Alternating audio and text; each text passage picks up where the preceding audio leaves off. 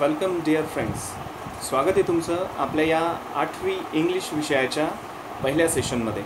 माझं नाव Prashant Mule. Because of COVID-19 virus infection around us, we are not attending the school physically, but your school is reaching to you at your home.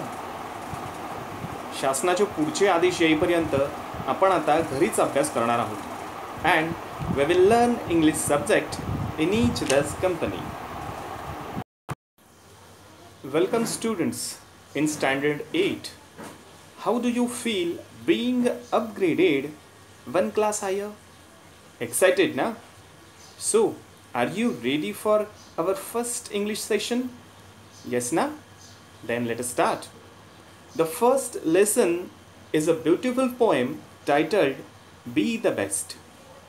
This is an inspirational poem written by Douglas Malloch. Inspirational, प्रेरणा देणारी. आपली जी पहिली कविता आहे बी the best, ही अत्यंत inspirational अशी कविता आहे. यातून आपल्याला काही प्रेरणा मिळते. आणि ही कविता लिहिलेली आहे डगलस मॅलोक या अमेरिकन पोएटने. Douglas Malloch was an American poet and short story writer. The poem shows us how keenly he observed Mother Nature. Keenly, बारकाईने. पोएट डगलस मॅलोक हे जे होते यांनी नेचरचा अत्यंत बारकाईने अभ्यास केलेला आहे आणि याचा प्रत्यय आपल्याला या पोएममध्ये येतं. He is trying to tell us that whatever we do, we need to be the best. In the poem, the poet Douglas Malloch has shown us the importance of existence. आपल्याला जे काही करायचं असेल ते आपण अत्यंत चांगल्या पद्धतीने केलं पाहिजे असं या कवितेमध्ये पोएट डगलस मॅलोक आपल्याला सांगतात. इथे त्यांनी इम्पॉर्टन्स ऑफ एक्झिस्टन्सवरती भर दिलेला आहे. एक्झिस्टन्स, आपलं अस्तित्व, आपलं जीवन. What he says in this poem? He says that it doesn't matter how big or how small you are. It is only important that you exist. आपण किती मोठे आहोत आणि किती लहान आहोत याला महत्त्व नाही. आपण आहोत याला महत्त्व आहे. आपण किती महत्त्वाचं काम करतोय किंवा किती कमी महत्त्वाचं काम करतोय याला महत्त्व नाही, तर आपण काम करतोय याला महत्त्व आहे. हा सुंदर विचार या कवितेमध्ये कवीने दिलेला आहे. The poet wants us to know that no job is less important and we need not to be ashamed of what we are. कोणतंच काम हे कमी महत्त्वाचं नसतं, हा संदेश कवीने इथे दिलेला आहे. आणि आपण करत असलेल्या कामाची कधीही आपण लाज वाटून घेऊ नये. We need not to be ashamed of what we are. We must take pride in our job and accomplish it with our best effort. आपल्या वाट्याला आलेलं कोणतंही काम असो, ते काम आपण कसं करायचं आहे? स्वाभिमानाने पूर्ण करायचं आहे आणि संपूर्ण प्रयत्न ते काम करण्यासाठी आपल्याला. Dear friends, we will see all the activities in our second session. Now we will see the poem. First of all, I will read the poem and after I explain it line by line. But I need that you must see carefully in the book. Okay? Listen. Don't look at the mobile. Look into the book. मी वाचत असताना सगळ्यांनी पुस्तकात बघा. आपण page number 3 वर आहोत. कवितेला सुरुवात करू आपण. त्याआधी मी संपूर्ण कविता वाचून दाखवेल. त्यानंतर आपण कवितेचं एक्सप्लेनेशन बघू.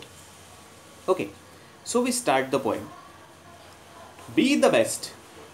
If you can't be a pine on the top of the hill, be a scrub in the valley. But be the best little scrub by the side of the reel. Be a bush if you can't be a tree. Second stanza. If you can't be a bush, be a bit of the grass and some highway happier make. If you are a muskie, then just be a bass. But the liveliest bass in the lake. Third stanza. We can't all be captains. We have got to be crew. There is something for all of us here. There is big work to do and there is leisure to do. And the task you must do is the near. If you can't be a highway, then just be a trail. If you can't be the sun, be a star. It isn't by size that you win or you fail. Be the best of whatever you are. The name of the poet given below the poem, Douglas Malloch. Now we will see the explanation of the poem. Now look at the first stanza of the poem. Now the first line of the poem is given, be the best. The Marathi meaning of these words are Sarvottam bana. Whatever you are doing, do it in the perfect manner. आपल्या वाट्याला आलेलं कोणतंही काम असेल ते आपल्याला कसं करायचंय, सर्वोत्तम करायचंय. हा सुंदर मेसेज या कवितेतनं कवी आपल्याला देतोय. चला तर मग आपण पहिला स्टांजा बघू. Look at the first two lines of the poem. Be the best. If you can't be a pine on the top of the hill, be a scrub in the valley. Which are the new words here? इथे नवीन आलेले शब्द कोणते आहेत आपल्याला? तर पाईन हा एक नवीन शब्द आहे. पाईन म्हणजे देवदार वृक्ष. टेकडीवरती वाढणारा, अत्यंत उंच असा वाढणारा हा वृक्ष आहे. स्क्रब ज्याला आपण झुडूप म्हणतो त्याला स्क्रब असं म्हणतात. If you can't be a pine on the top of the hill, be a scrub in the valley, but B the best little scrub by the side of the reel. B a Bush if you can't be a tree. Now here in this first stanza, poet is saying to us that if you can't be the pine on the top of the hill, at least try to be the scrub in the valley. The scrub that is added best by the stream side. If there is difficulty to be the tree, at least try to be the bush. इथे पहिल्या स्टांजामध्ये कवी आपल्याला काय सांगतोय?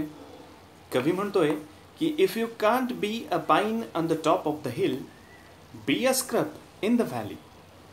जर टेकडीवरचं उंच असं देवदार वृक्ष आपल्याला जर बनता येत नसेल, आपल्याला जर उंच असं झाड बनता येत नसेल, तर मग व्हॅली म्हणजे दरी, व्हॅलीमधली आपण झुडूप बनलं पाहिजे, स्क्रब बनलं पाहिजे. But B the best little scrub by the side of the reel. Reel म्हणजे पाण्याचा ओढा, अ स्मॉल स्ट्रीम असं आपण त्याला म्हणतो. मग आपल्याला जर उंच असं झाड नसेल बनता येत, तर मग आपण झुडूप बनायचं आहे. आणि ते झुडूप कसं असलं पाहिजे? By the side of the rill. ओढ्याच्या काठी वाढलेलं जे झुडूप असतं ते झुडूप आपण बनलं पाहिजे. बी a Bush if you can't be a tree. जर आपल्याला झाड, आपल्याला वृक्ष बनता येत नसेल, तर मग आपण झुडूप बनायचं आहे. थोडक्यात कोणत्या तरी मार्गाने आपलं कॉन्ट्रीब्युशन हे आपण द्यायचं आहे. If you don't able to do big things, then we must do the small things we can able to do. Now look at the second stanza.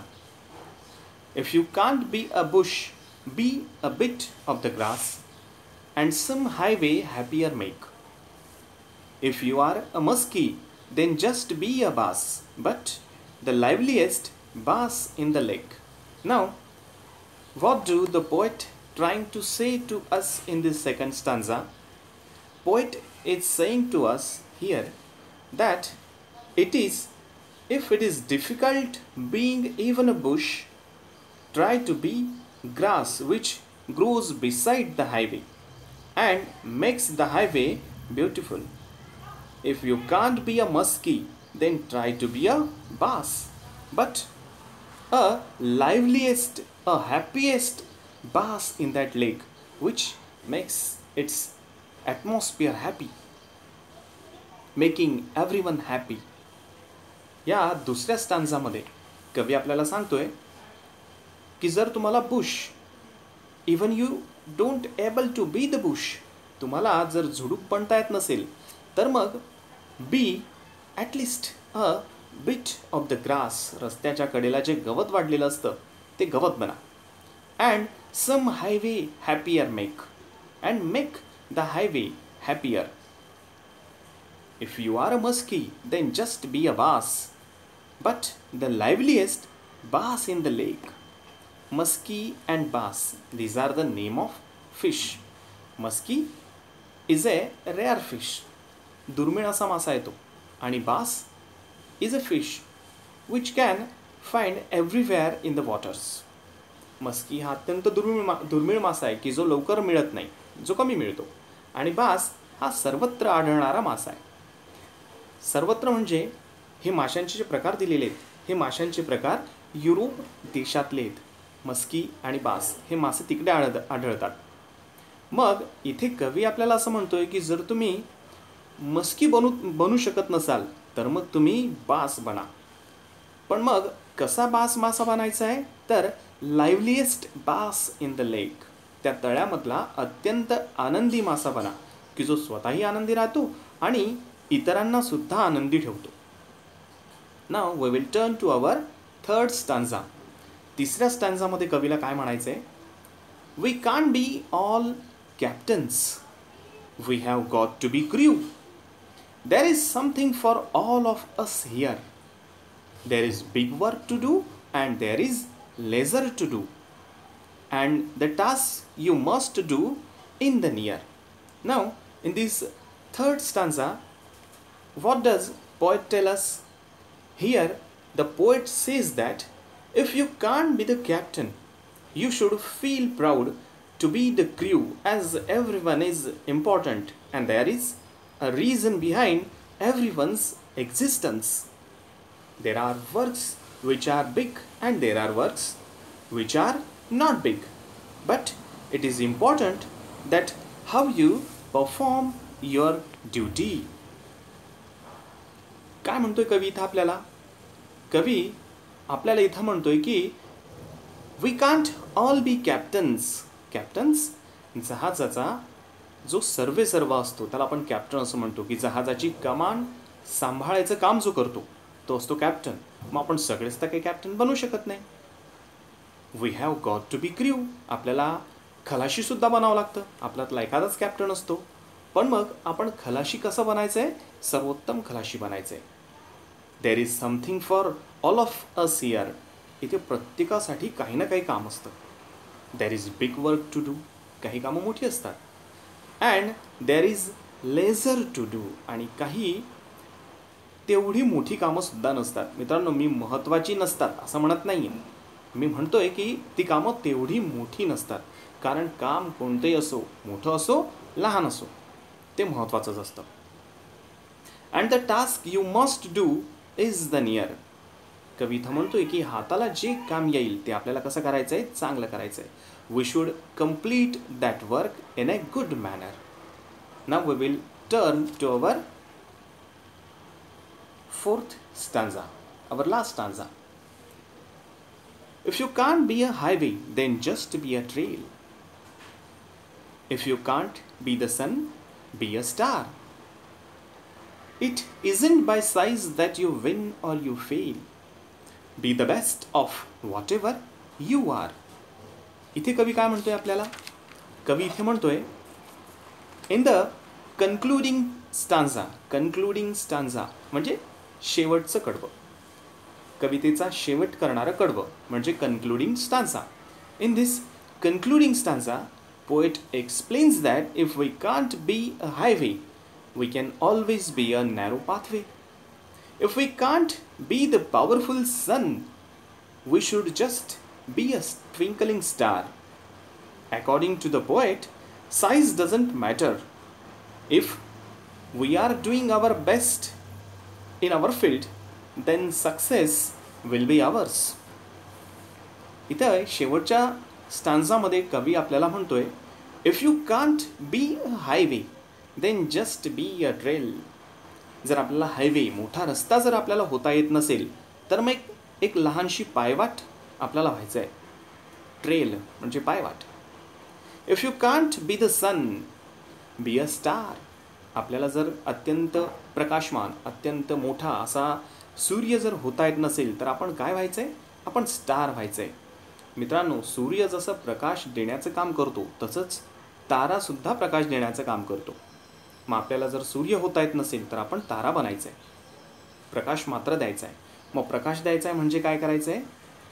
We should help others. इतरांना आपल्याला उपयोगी पडायचं आहे. It isn't by size that you win or you fail.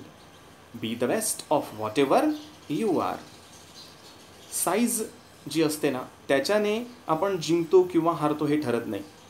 आपण जिंकतो किंवा हारतो हे कशाने ठरतं? की आपण आपलं काम किती मन लावून करतोय, याच्याने आपलं जिंकणं किंवा ठरणं इथे ठरत असतं.